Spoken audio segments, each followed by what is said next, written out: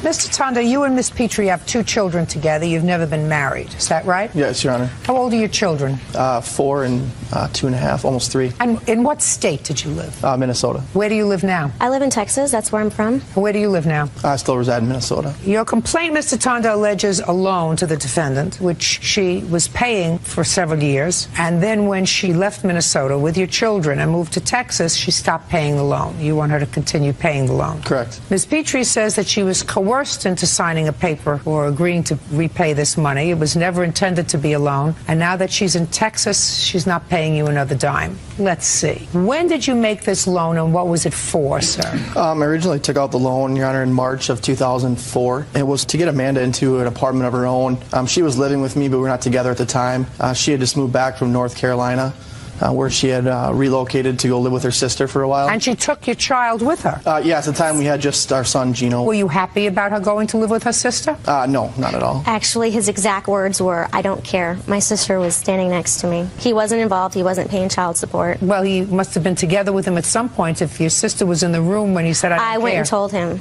and she came with me. No. You told him what? That I was thinking of moving to North Carolina, that he and I didn't get along. He was verbally and emotionally abusive, and it wasn't good for me, and it wasn't good for our son. He wasn't paying support at the time, and that I needed a fresh start. And he said? And he said, "I don't care, whatever." Actually, Your Honor, that's not true at all. I was paying support to her directly, and the manner of which she broke this news to me was we were actually at a bowling alley, and she had got furiated about some silly thing, and then said, "Well, I'm moving to North Carolina." I just picked up and walked away, and it wasn't like a calm, cool, collected. She was it in a bowling alley that you told him this? I did tell him. Fine. Got it. Okay, then you went to North Carolina. That didn't work out. And he wasn't paying child support.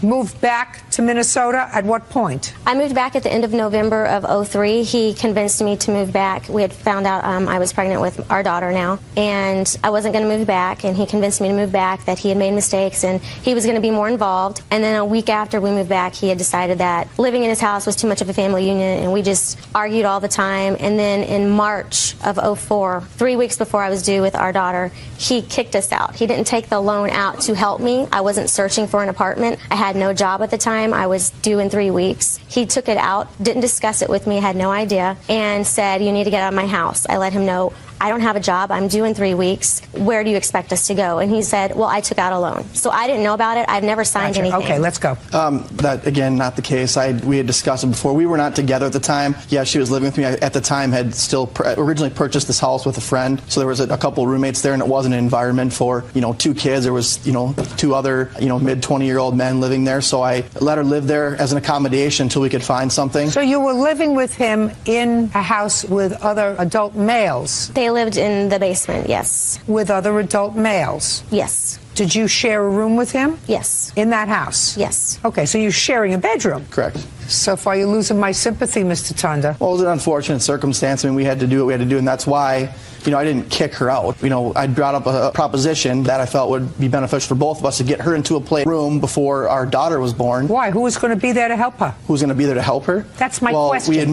We had gotten a place, 15, 20 minutes away from my house, so... That's 15 or 20 minutes. She's expecting a baby. She's living in Minnesota. I assume she has no family in Minnesota. She did not have any family, per se, but my family had taken her on as like her own. She had no family in Minnesota. She's due in 3 weeks. Your child. Yep. So it would seem to me you'd want to keep her around at least until she's back up on her feet after the baby is born. This doesn't seem like the appropriate time to find her a new space, Mr. Tanda. Well, I felt it was more appropriate before the baby was born than after. You're wrong. It was selfish and babyish. I disagree. I don't give a rat's tutu whether you agree or disagree, sir. You want me to take a poll as to whether or not most mature adult males would say it was appropriate to find an 8.5-month pregnant woman who's got a 1-year-old a place of her own in a town where she has no family, sir? You want me to take a poll? No. You don't want to. You don't want a poll there, sir. Believe me. I don't think it's necessary. Believe me, you don't want a poll. It was a selfish thing to do. So you took out a loan. You got her an apartment. Correct. Right? Well, you didn't expect her to pay the rent, did you? Well, not how was she right supposed away. to pay the rent? 8.5 months pregnant. Well, not right away, but that's why we took out the loan when she started working. Let's see when. When she started working. Well, when did you think she was going to start working? I would assume roughly 6 to 8 weeks after her daughter was born. Right. And just a second. And what was And what was she supposed to do with a 6-week-old baby and a 1-year-old baby? What was she supposed to do with those? Well, it's not like she was just on her own. I mean, obviously, I was an active parent involved in paying support, so she had the support that I was paying her. Just a second. That's not being an active parent. I don't understand what's not being an active parent. Giving money is not an active parent. No, that was to help the situation. It wasn't. I'm not defining being an active parent by taking out a loan. Well, what did you do when she got this apartment by herself? Did you go over there every day? I was over there quite a bit, actually. That's not my question. Did you go over there every day to take care of your son? Well, I wouldn't say every day. Well, what did you expect her to do with the baby and a new baby when you weren't there? What did you expect her to do? Your Honor, it's a circumstance where, unfortunately, we weren't together and it didn't work out. But I felt I did what I could to help her out, and, my family... So then what are you doing here? My question to you, sir, is what are you doing here? You took out a loan to get her an apartment so she could be on her own after impregnating her twice. Well, I'm here to... a loan is the key word. She agreed to pay, and she faithfully paid on it for 2 years on the loan. And then once I filed for custody of my children, because she picked up and moved to Texas with 5 days notice... Well, that was a bad thing for her to do, to pick up and move to Texas if you were a good and involved father. Because she has only her best interest in mind, not the interest of the children, hence the reason that I filed for custody. And you only have the best interests of the children in mind. Actually, I do, Your Honor. Then what are you doing here? How much support were you paying 2 years ago? When we had just our son born, I was giving her about $400 a month. $400 a month? A month. That's incorrect. Okay. I was giving her $200 every 2 weeks. And what do you give her now? $800. Every 2 weeks? No, $800 a month is what the court has ordered me to pay. Well, that's the same thing as you were paying her before, for one child. Now you're giving her the same amount for 2 children. Right, which is double. Normally it's only a 10% increase from the first one to the second one. So that doesn't sound like, sir, the best interest of the children percentage. It's usually a 10% increase? Yeah, 25% of your income for the first one, and then in Minnesota it's 35%. No, that's not, sir, you don't get confused. Well, I know it's not 10%. Those are the minimum federal child support guidelines, which have been adapted in every jurisdiction. That's the minimum. Do you work? Yes, ma'am, and I'm in school. Who takes care of the children? They go to Child Builders Christian School. It's a private preschool. And who pays for it? I do. How much do you pay for daycare? $650 a month. Okay, so she pays $650 a month. And how much of the daycare do you pay, Mr. Tanda? I believe a portion of the total support goes to that. Nothing specific. That's not what I asked you. Well, I don't pay anything directly to the... Right. So if we take away what you pay, which is $800 a month, from the $650 that she pays just to keep the children so that she can work, we have a grand total of $150 a month. I'm speaking. I'm speaking. We're going to divide that by 2 equals $75 a month for each child. And that we're going to divide by 30 equals $2.50 a day is what you pay for each of your children in child support. May I speak now, Your Honor? Sure. Okay. I don't know her exact financial situation, but obviously I want to be involved to the point where I'm filing for custody of my children. And the fact is that she must not be hurting too bad, because she's obviously able to afford a lawyer to fly up to Minnesota to try to fight from keeping me from having the opportunity to have my kids reside in the state where I live. Mr. Tanda, I want you to listen very carefully, sir. I have tremendous sympathy for non-custodial parents who don't see their children. And I have usually very little sympathy for custodial parents who pick up and move away and make it difficult for the non-custodial parents to see their children. Usually. But let me explain to you, sir, that in this case, Miss Petrie followed you from Wisconsin to Minnesota, where you live. 2 times, right? Correct. And when she came back the second time, she had a baby, and it didn't work out. You say, I fulfilled my obligation because I wanted to be close to my children, paid the rent so it would be comfortable and easy for her, and gave her $200. But out of that $200, I expected her to work with 2 children, and to pay for daycare, and to pay me back my loan. Do you see why sympathy is waning for you, Mr. Tanda? Your Honor, the state was picking up the majority of the tab of the daycare when they were in Minnesota, so the situation that we had in Minnesota was perfectly fine. No, it wasn't working fine. You put her out and put her in her own apartment. And what you're supposed to say, Mr. Tanda, is, I'm sorry for bringing you to court. It was a stupid thing for me to do, because I have found a very unsympathetic judge who doesn't find that this was a loan. The court finds that it was a very comfortable way for you to stay in your house with your 2 bachelor multiple boyfriends and get rid of your responsibility that you didn't have to deal with on a regular basis, which clearly, according to your own testimony, you didn't. You weren't at her apartment every day after the baby was born, taking care of your son, taking care of your daughter. Well, maybe 6 out of 7 days. I don't, Yeah, baloney. Coming over and spending an hour is not being there to do the job of a parent, sir. Than an hour. And I'm not saying that she was smart to have a second child with you. No. One mistake I can understand. 2 is dumb. I agree. But it takes 2 to tango. It does. What I'm telling you is, right now, the mother of your 2 children seems to be taking care of her financial responsibilities relatively comfortably. She's got a job, she pays for daycare, and she's doing that with marginal help from you. Well, Marginal. Unfortunately, with her picking up, moving 1,300 miles away, where did you expect her? Listen to me, sir. Where did you expect her to move to? You expected her to move to a jurisdiction that was closer to you, where she had nobody? No, she picked up and gave me 5 days' notice when I'm supposed to have my kids for a Christmas vacation, and she calls and tells me they're not coming and she's moving to Texas. So that's where her family is, though. That's where her family is, right? Her mother, who she said nothing but bad things about the whole time. Her mother and who else? Her brother lives a few hours away. Got a mother and a brother. Yep. What do you do for a living? I work for a cell phone company. Which cell phone company? Verizon Wireless. Good. They have offices in Texas. Why don't you move there? It's Listen to me. That's where your family is, sir. Your 2 children are in Texas.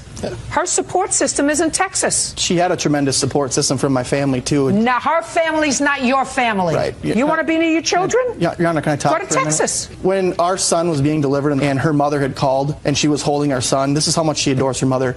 She said, "Oh, that's the grandma No, I of did the not. phone." And we have it on Mr. videotape, Your Honor. So Mr. for her to say that that's an excuse Mr. to move down there and have her support system, Mr. she doesn't Tanda. even barely get along with her mom. Mr. Tanda, you get along with your mother? I do get along with my mom. Ever not get along with your mother, sir? I never Did you ever not get along with your mother? I never badmouth my mom. Did you ever not get along? That's not what I asked you. Did you ever not get along with your mother? As much as everybody probably hasn't. Okay. And I'm going to tell you something. There are a lot of curse words that go on in a labor and delivery room. A lot. I guarantee you that she called you a couple of names, too. If she didn't, she probably meant to. Let me explain something to you, sir. You don't have a profession where you're licensed to practice only in the state of Minnesota. And if I were you and if I wanted to see my children, I would call up my boss and I would say, please find me a place in Texas so you could be a lot closer to your children if that's in your mind. But based upon what I hear, you wanted her out of the house. You took out a loan. I see no reasonable expectation for the foreseeable future of you being paid back any money from somebody who now has 2 babies, no job, living in a place where she has no family. I don't see any reasonable expectation of you being paid back, sir. And that's part of a contract, if it's a loan. You did the right thing if you weren't getting along and helping her get set up. Don't be a fool now, Mr. Tanda. Your case is dismissed. That's all. Lynette Young claims ex-boyfriend Robert Mangum owes for a loan and for an assault. Robert admits he put his hands on Lynette, but claims she refused to leave his property. Ms. Young, this used to be your boyfriend. He's not your boyfriend anymore. You claim that you loaned him some money and that he, at some point, sort of assaulted you, although it was an argument that went very badly. Mr. Mangum says that the money that you did, in fact, give him was a gift. There was never any discussion of repayment, and that this assault that you're talking about was as a result of your own actions, that you were a hot-tempered nut and he did nothing but try to escape you. Tell me about this money. When did you give it to him and where did it come from? February 16th. It came from my accounts. Can I see from where? Yes. It's right here.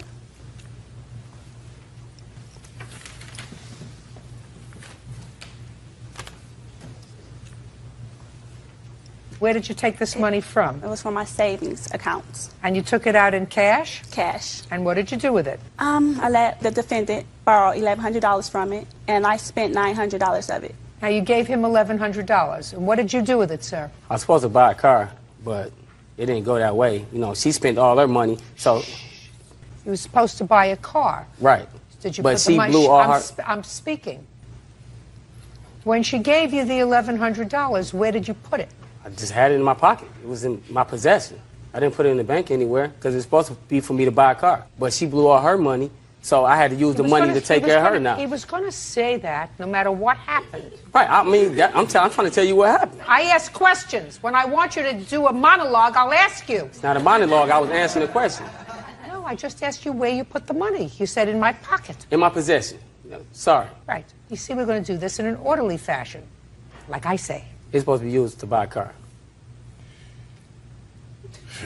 I have a feeling they look like, look, see, that's attitude. Look at the attitude, right? Attitude, attitude. That looks like a match made in heaven. So she gave you this $1,100. You're supposed to use it to buy a car. Right. But you didn't buy a car. You bought a watch instead. No, I didn't buy a watch. Ben had the watch. Ben had the watch. What did he say? Ben had the watch.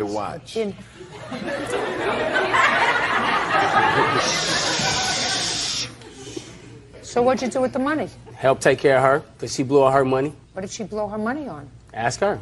What'd you blow your money on, the $900? What'd you buy? I actually blow my money. What did you buy with it? I have to eat, I have to pay my bills, I have my own apartment, Yeah. and I have to put gas and things in my car. So I didn't actually blow my money. Well, so you spent your money on your own bills. On myself, On yourself. doing on things that I had to things. do. Tell her the truth. Shh. Just a second. Why should she tell me the truth? That would 'Cause make she's not it so telling the truth. unusual here. She's not telling the truth. Okay, so I thought this is a she place of blew her justice. money and you had to use the $1,100 on her. What did you use it on? Give me an example. Food, going out, rent, cell phone bills, all of that nature. But I was supposed to be buying me a car. That was Were you living specifically together? Yo, huh? Excuse me? You're not speaking loud enough. The problem is your mouth isn't closed. So when your mouth is not closed, you asked me a can't hear me. question. You can't hear me. I said, were you living? No, you were No, we quiet weren't for a living second. together, but we was together every day. I'm answering your question. I'm just... It's all in the timing, see. See, we ain't connected here. Maybe we need to slow down a little bit. We are not connecting, sir. And for that I say, thank God. Wow. So you didn't buy the car with the $1,100? No, ma'am. You took her out to eat, took her to parties and things? Parties, eat, shows, karaoke, everything. I just want to know where was I at. Shh. Just 1 second. I'm sorry. Just 1 second. That doesn't mean he doesn't have to pay you back. Listen to me. That doesn't mean he doesn't have to pay you back. If he decided to use this money to show you a good time, to play big man, that's his problem. Hey. That's his problem. You know, he chose to do that. He could have let you stay home and watch Law and Order or watch Judge Judy. He could have let you do that. You could have had just as good a time. All right. Okay. So now, Miss Young, now I want you to tell me, madam, about this assault, when it happened, and let's try to keep it legitimate, okay? Because I have a feeling that I'm going to get half a truth from each of you. Okay, it happened probably like a month and a half ago. I was over his house. Month and a half? What month? What was it? June? You're asking me? I wasn't there. Okay, June, May, June. May and June. Yes. Must have been a terrible assault if you remember May and June. Go ahead, let me hear what happened.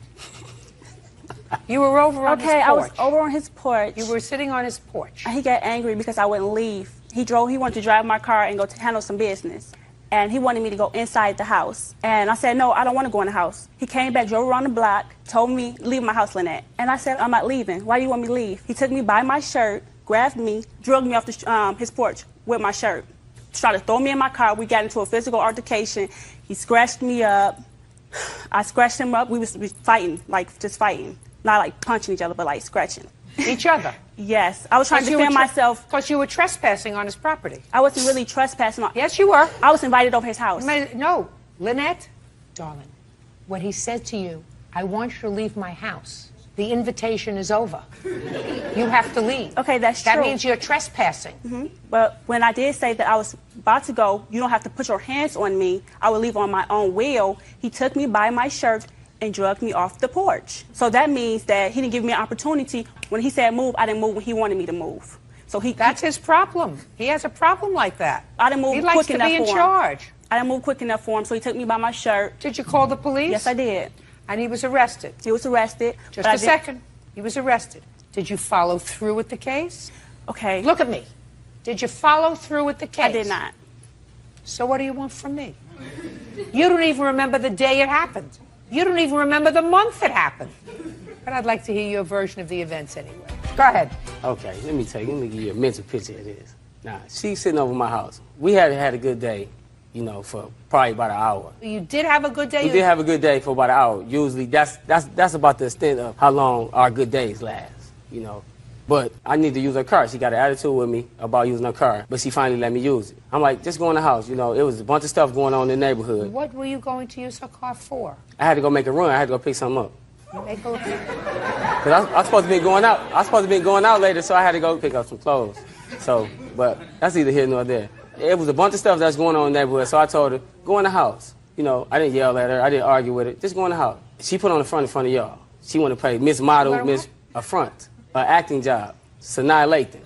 You know, I'm just trying to run it down to you, but in front of y'all, she want to act all nice. But when it comes to me, she's like a terrorist. No, She's a terrorist. Well, just a second. That's what you like about her. No, I actually trying to help her with her problem. I say it's a problem. Anger. Right. It's not even anger. It's a mixture of things. She's sensitive, she's emotional, and she's a bit aggressive. So with that chemical reaction, it causes a terrorist attack.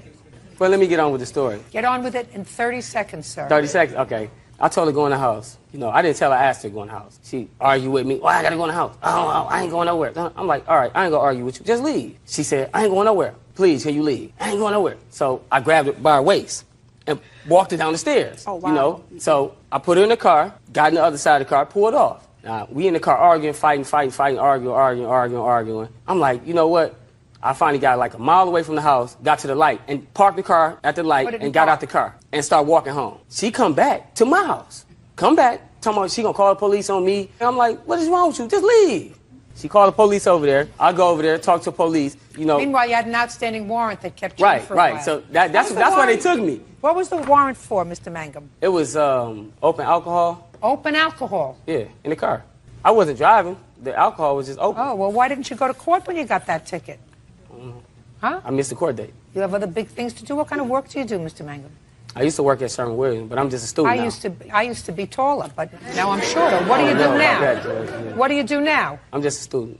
A student of what? College. Where? Wayne State. Criminal justice is my major. I plan to be like you one day. Mr. Mangum, the system isn't ready for you, sir. I know, but in a few years they'll be ready. They tuning up for me. All right, Mr. Mangum, you owe her $1,100. You wined her and dined her. You're a guy who's supposed to pay those things. You're not supposed to take her out with her own money. Judging for the plaintiff in the amount of $1,100, you get zero, nothing, zippo for the assault. You probably brought on yourself. That's all. Carolyn Doyle is suing her ex-boyfriend, Matthew Peterson, for a loan to fix his teeth. Matthew says he helped Carolyn fix her house. Miss Doyle, you used to live with this gentleman. How long did you live with him? Matthew and I started dating July 4th of 1999, and he lived with myself and my children off and on for a total of about 2 years. 1 year, then moved out, then moved back in for a year, then moved back out. And during that time, which we'll pinpoint better later, you claim that without your authorization, he forged your name as a co-signer to a loan for some dental work that he wanted. I don't know if he ever signed my name. He did open an account and took out a dental loan using my Social Security number, and it shows up on my credit record as okay, but you never signed it. No, I did not. Well, so somebody signed your name to it. I never saw the documents, Your Honor. Okay. I assume he has the documents somewhere in his pocket. In any event, he didn't pay the loan? Correct. And it's negatively impacted on your credit? Correct. You no longer are together, and you want him to pay the bill? Correct. Smile pretty, Mr. Peterson. What was wrong with your teeth? 2 porcelain crowns on my front teeth, and both of them were fractured. And So it was cosmetic work? more or less. Without them, though, I just have 2 posts there, Not attractive, but clearly you can live that way. I suppose. Now, when did you want to replace these 2 porcelain crowns? I was living with it cracked for probably about a year or so, and then in the process of chewing gum, it completely broke off one afternoon, and I was left with just the post that goes under the crown, my real tooth, and it was somewhat of an emergency at that point. You know, the following morning, the dentist squeezed me in, and Now, were you and Miss Doyle living together at the time? no. Were you still seeing each other? Yes. Exclusively? Yes. Any reason why you weren't living together? We lived together when I owned my condo, and I wanted to flip that into a single-family home because I have 3 kids, and I wanted him to have a nice home with a backyard in the neighborhood, and he didn't agree with my decision to sell the condo. I was buying it on my own. He wasn't buying it with me, but he disagreed with my decision to sell the condo and buy the house. So when I Well, sold... just my own curiosity, why? I think he thought things were fine the way they were, and so why move? Okay, so that's when he moved out, but you still continued to see each other. Correct. So now the dentist squeezes you in August. Yes, ma'am. I'm listening. Okay, I went to the dentist's office in the morning upon looking at the other front tooth that was fractured as well, so they said we have to take care of both of them. I couldn't cover it on such short notice, so they said, well, you can go ahead and apply for this in-house credit we have here, which I did, was denied. They said, do you have a cosigner? At that point, I called Carolyn from the office, and she said, yeah, here's my number, here's the Social Security number, and I'll be back. I'll have to go down there and actually sign the document at a later date, which I don't know if that ever happened or not. And they proceeded with the work, and that was it. Why didn't you pay the bill? I was making monthly payments. Now you're looking at your shoes. I made the first couple payments, and then I came late on one. She said, I can't have this affecting my credit payments, and then she said, let me just pay off the whole loan, and you can just pay me. And then when we ultimately ended up breaking up, walked out, and that was the end of that. And I had done considerable amounts of work on her house, remodeling, fixing it up, Which paintings. I paid him for. Just a second. Judd, please don't interrupt. I'm sorry. And I just kind of figured the whole thing was a wash. It was easier just to get out of each other's lives and move on. So you mean you stuck Miss Doyle, who is a single parent, raising 3 children, with bills for your cosmetic dentistry? I mean, you expect me to accept that, sir? And you think that I am not going to humiliate you in front of 10 million people? Go ahead. Upon our last conversation when I left, I was served with papers days later, so there was never any opportunity to discuss any kind of payment plan. She never asked me for the money. Why should she have to ask you for anything? How old are you? 32. You work? Yes, ma'am. You have children? No. So whatever work you do, you just manage to take care of yourself, Correct. right?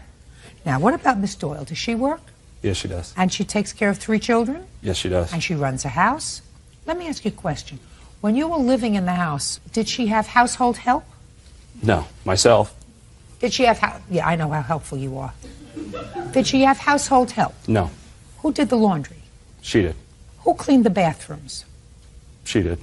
Who had a full-time job? She did. Who had 3 children? She does. Who had 2 cracked porcelain crowns? That's me. Are you embarrassed? When you lay it out like that, yes, I am. But Well, if your mother didn't lay it out for you like that, I'm going to lay it out for you like that. How much was your dental work? all said and done, approximately $2,700. How much of that did you pay? About $300. What kind of car do you drive? Ford truck. What year? 2000. Were you making payments on it in 2004? Yes. Were you paying rent in 2004? Yes. You get where I'm going? Yes, I do. Peterson. Anything else you want to say? I'd like to add just the extent of the work I did around her house. It was a verbal agreement. Let me ask you a question, Mr. Peterson. I just asked you a few questions. When you were living together, did you take a shower? Yes. Who cleaned the bathroom? She did. When you were living together, did you change your underwear at least every other day? Yes, ma'am. Who did the laundry? She did. You get Not my, exclusively. You get my drift? I get your drift. I won't even go into other more intimate details, sir, but I can almost guarantee you this. Believe me, you got the better end of the bargain. She knows what I mean. So do most of the other women. You owe her $2,400. Pay it. Thank you. That's all. Bail bondsman Aaron McAllister says former client Elena Zadevich owes for unpaid bail money. What were you arrested for, Mr. Davidge? I was arrested on false charges of domestic violence that my ex filed against me. I didn't ask you whether they were true or not true. I asked, what were you arrested for? I was arrested on allegations of domestic violence. Was it the first time you were arrested? Yes. Look at me. Was Yes. it the first time you were arrested? The answer is either yes or no. No. Better. When was the first time you were arrested? Several years ago. Having nothing to do with domestic violence. Has something to do with domestic violence. So you have 2 arrests for domestic violence? That's correct. Was it the same complainant in each case? Different. Different. Okay. You are a bail bondsman? Yes, Your Honor. It is your claim that you received a call from the defendant in jail. You responded. You bailed her out of jail at her request. She promised to pay for the bond. She did not. You want your money. Yes. Defendant says you're a sleazy bail bondsman and she's not paying you. Correct. When did you receive the call? Sometime in the middle of the night from the county jail. What night? I'm not Karnak. What night would I'm you sorry. like to tell me it is? July the 15th. In the middle of the night. You were home? Correct. In bed. How did you get his number? It was posted on the wall in the county jail. Do you have your home number posted in the wall in county jail? No, ma'am. It's an office number that forwards to my cell phone in the evening and weekends. I see. I wouldn't think that you'd want your house phone No. to have a number. Okay. What did the defendant say to you when she called? That she was in jail and she had to get out. She had to get to work the next morning. If she didn't get out, she would lose her job. What kind of job do you have? I'm an executive assistant For whom? for a small media startup. How long have you had that job? Close to a year, 10 months? something like that. Where did you work before? I was managing a medical spa, Where? Walnut Creek, California. Okay. Have any family here? Just my 2 children, How old are they? 6 and 2, They live with you? part-time. Who do they live with the other part of the time? Well, my son lives with, my daughter part-time lives with her paternal family. Maternal or paternal? Paternal. Paternal. So the father's family, father's parents with her grandparents? No, his brother and his family, they live very close by, about 10-minute drive from where I live, and she's there a lot because I work full-time. Okay. So you had to get to work at the media startup company when you called him? Correct. Did you tell him that you were going to take care of paying his bail? What happened was I told him that I didn't have any money. No, no, no. When you Yeah. called him on the phone from jail, you told him I don't have any money? Correct. Is that right? No. Of course not. Right. I wouldn't. Of course not, because if you tell you, please bail me out of jail, but I don't have any money, and he doesn't know you from a hole in the wall, he's not getting out of his warm bed in the middle of the night. Madam. Well, he did. No, no, no. He did. The question was, did you tell him that you didn't have any money? Yes, I did. He says you didn't, and I'm saying I believe him that at that time you didn't tell him I have no money. Because if he's in business and he gets a call from a stranger, you are a stranger, right? Correct. That I want you to get up out of bed, drive over to the jail and bail me out. But by the way, I have no money. He'd say, call somebody else. That's exactly what I said. All right. I don't believe you. Go ahead. We discussed that she had a CD, and the CD was maturing within the next 30 days, and that there would be ample That you would have money. Correct. In the CD to pay me out of the proceeds of the CD. And she didn't want to cash it in early because she didn't want to pay the penalty. I agreed to those terms within 30 days that she would use the CD. Was this on the telephone? That was on the telephone. Okay. Because you did ask her the question about money. Correct. And when you said, do you have money, what did she say? I have a CD. Okay. So, did you tell her how much the bail would be? Correct. 10%, $5,000. Because she had $50,000 bail? Correct. That's a high bail for domestic violence. It is. Do you know why it was so high? That's per the schedule in that county. That's always $50,000 for a felony charge. It was a felony. Yes. Okay, go ahead. So we get her out. We memorialize our agreement in writing. She Can I signs see it, a please? bail contract and the agreement to pay. Can I see it, please?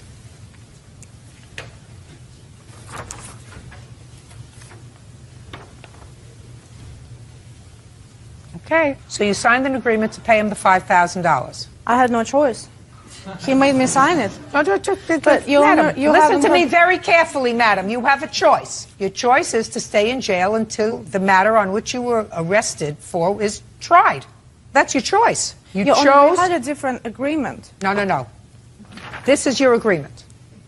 This in here is your agreement, in the 4 corners of this agreement. And what I asked you was, did you sign this agreement? And the answer is either yes or no. Not Yes, I was forced did to sign sign that it. agreement, but aside from that, there was an oral agreement that took place between me and Mr. McCollister. I'll get to you in a minute. Okay.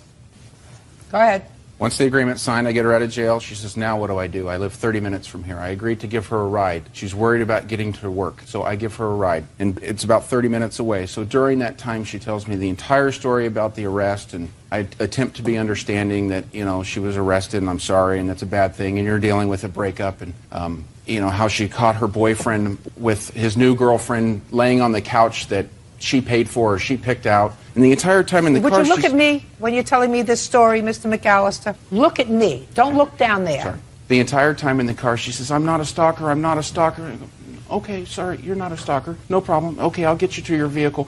Well, the vehicle's parked 3 blocks away from the house where she was living or where she was arrested. So there's obviously something going on there. Anyway, I get her out, she signs the agreement, and she refuses to pay just me. a second. When did she sign the agreement? Immediately upon release from the county jail. Okay. And then you drove her to her car. Correct. And you dropped her, and she never paid you. Right. I made When, for repeated the first time, did you contact her with regard to payment? Well, within 10 days, we sent her an invoice. just a reminder of the payment terms and sent her 4 or 5 subsequent invoices that went answered with these rambling letters talking Do you have about... a copy of the letters? I do. Can I see them, please?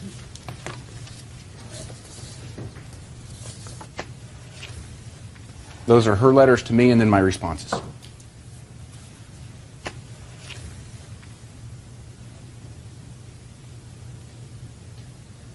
Based upon our discussion, these are your words, when he initially asked you for your money. Based upon our discussion, it was my understanding that we would discuss my opportunity to provide some type of service to you and your business in lieu of paying you $5,000 for a relatively risk-free, as you put it, bond. I am still awaiting the opportunity to make good on my offer to work for your company. As you were advised at the time the bond was posted, I have not, or do not have now, $5,000 fee that you are demanding. Given the above-mentioned discussions that we had at the time of the unsecured bond was posted, I now consider your correspondence demanding $5,000 to be intimidating and threatening. What are you, crazy? Please do not send me any more threatening letters. You knew my financial predicament at the time bail was posted. I still intend to honor my promise to perform professional services for you. You never promised to perform professional services for him. Your own letter says, it was my understanding that we would discuss my opportunity to provide some type of service to you or your business in lieu of paying for the bond. Given the above-mentioned discussions that we had at the time, I now consider your... Discussions aren't a contract, madam. Let me tell you what happened. Yeah, because he's not telling you the whole truth. What happened? He bails me out. Are you just a second? Are you telling me the whole truth?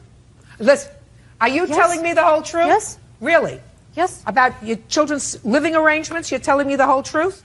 We're not talking about my children right now. I want to tell you. You mean you're telling the truth? About what Listen happened. to me. You're telling the truth sometimes, and sometimes you can lie. And when am I supposed to tell the difference? You see, I knew that you were lying to me about your children's living situation.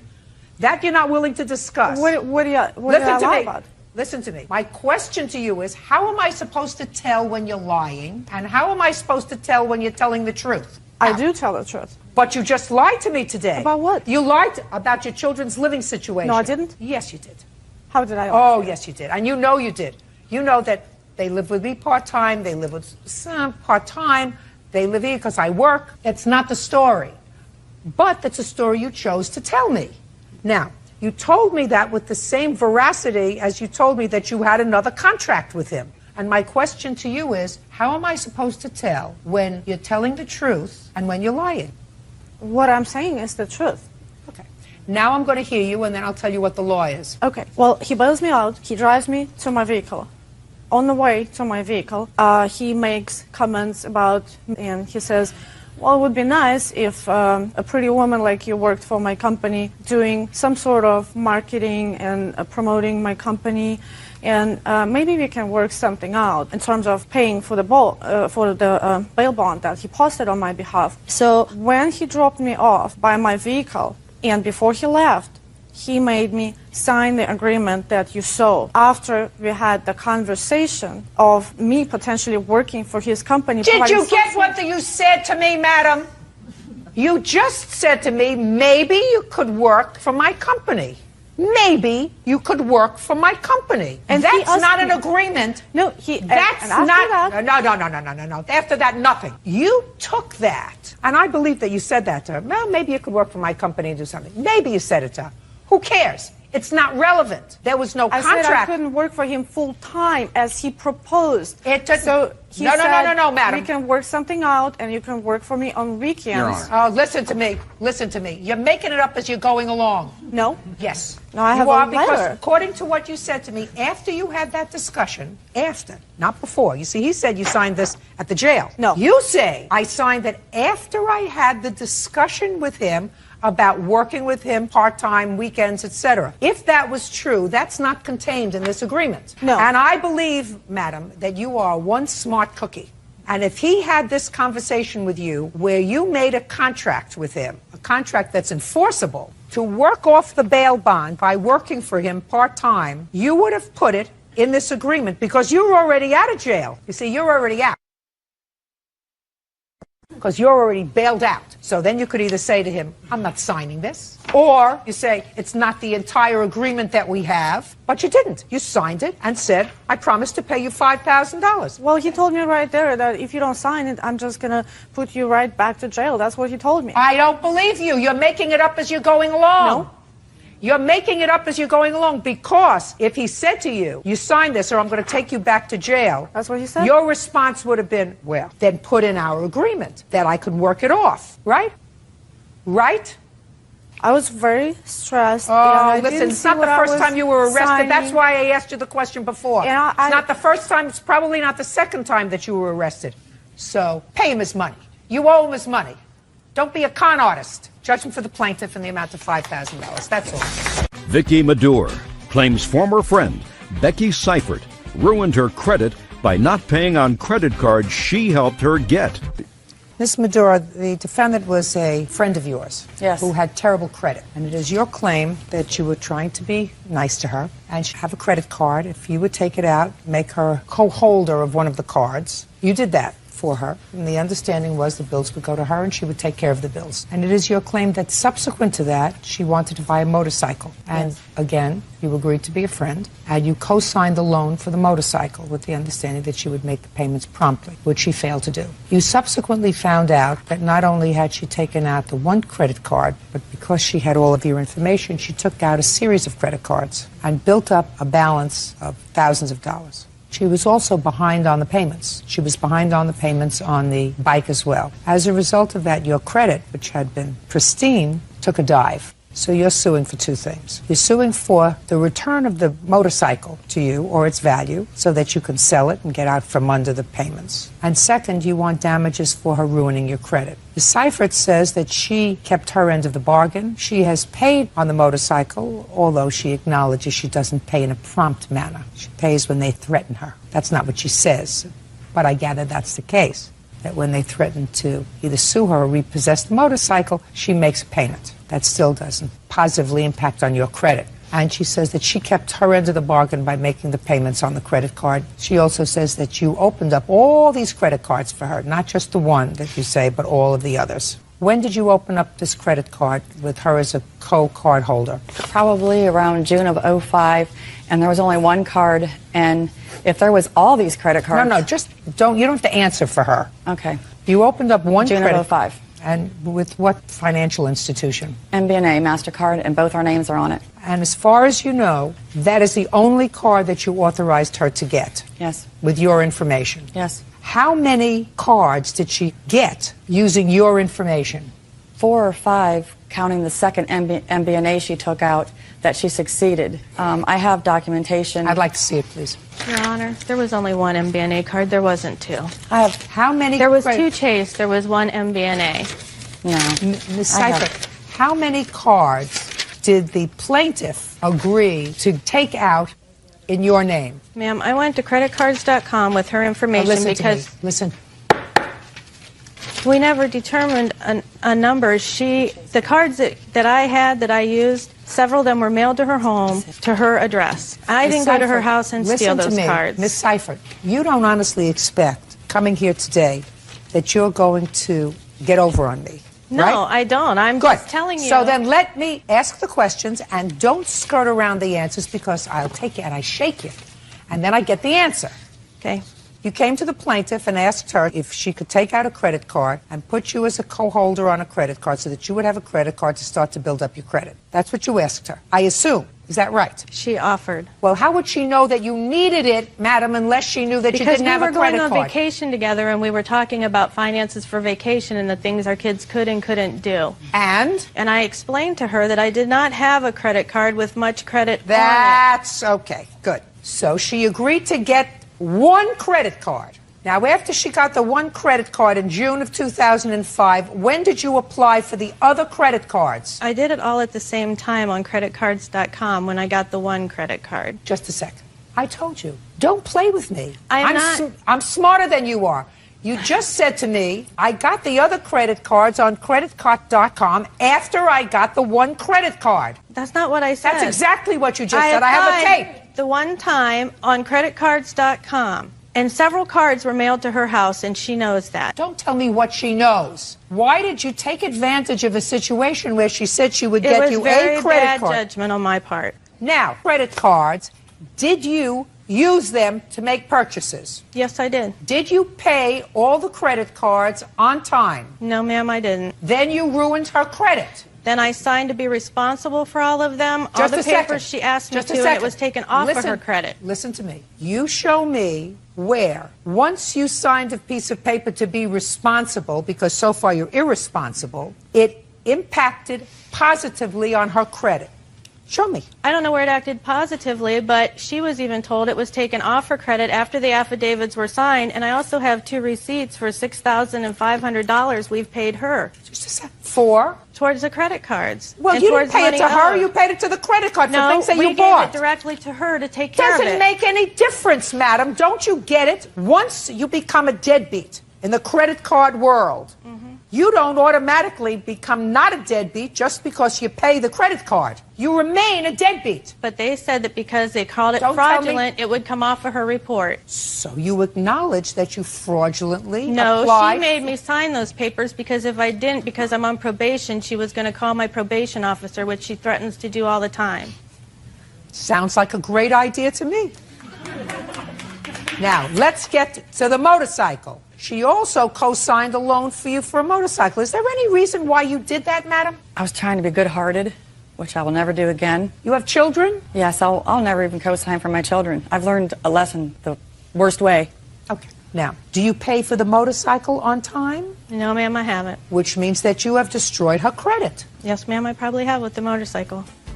Good. Now I'd like to see what papers you have. They asked me to bring, I brought a picture of the motorcycle.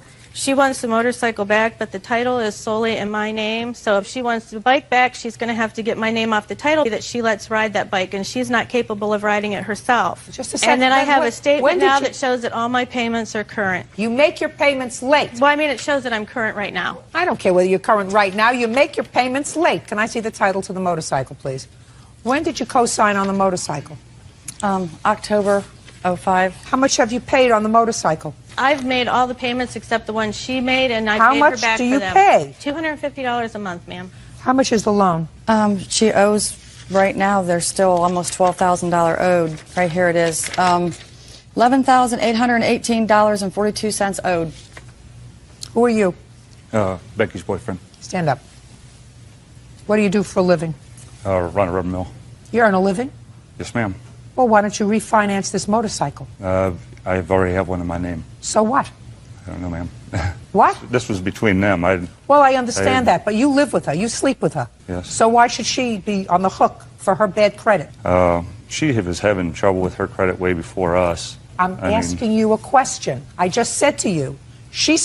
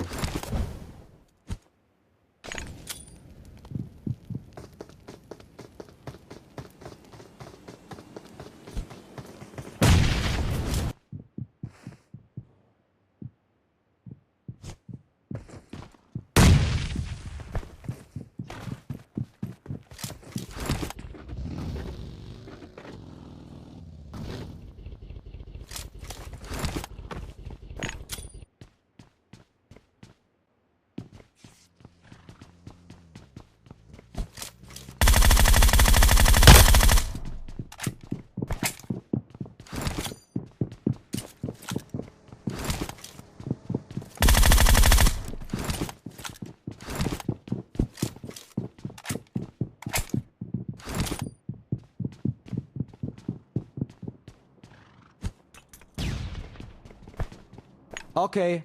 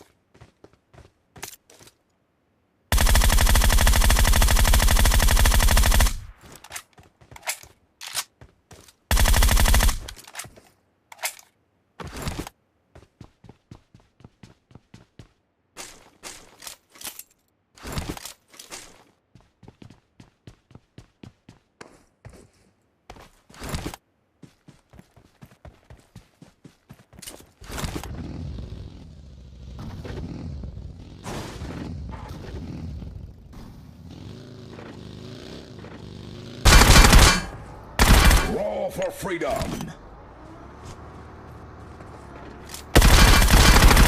Critical damage. I need consumables.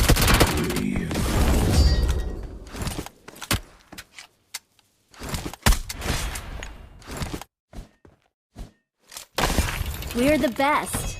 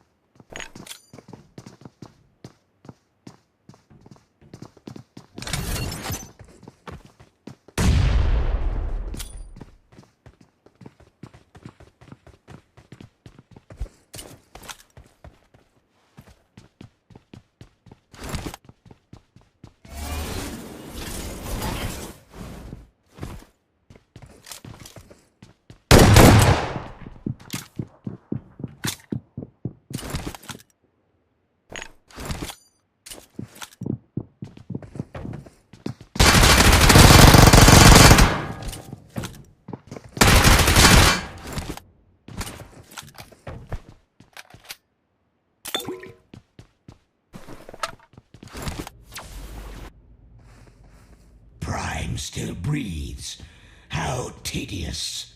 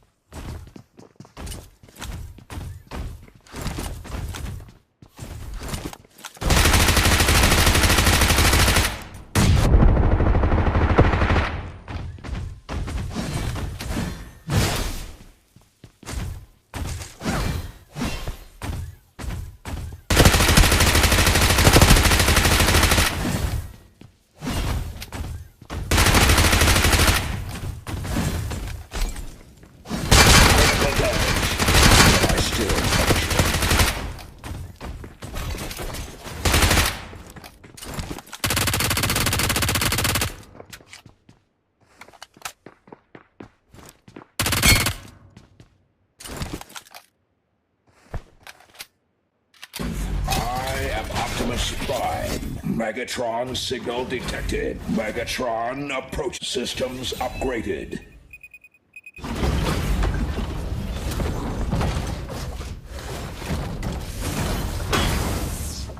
Sends now, Megatron.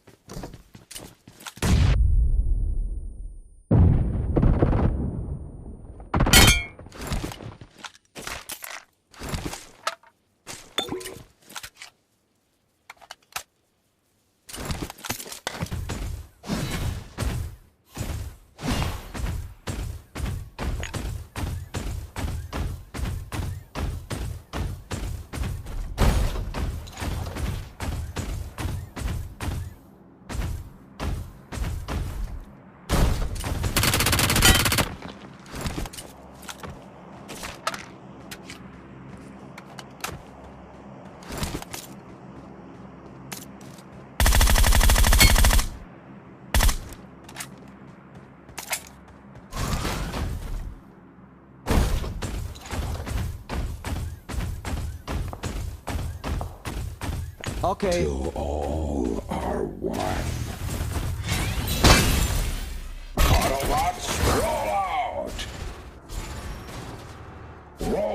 freedom.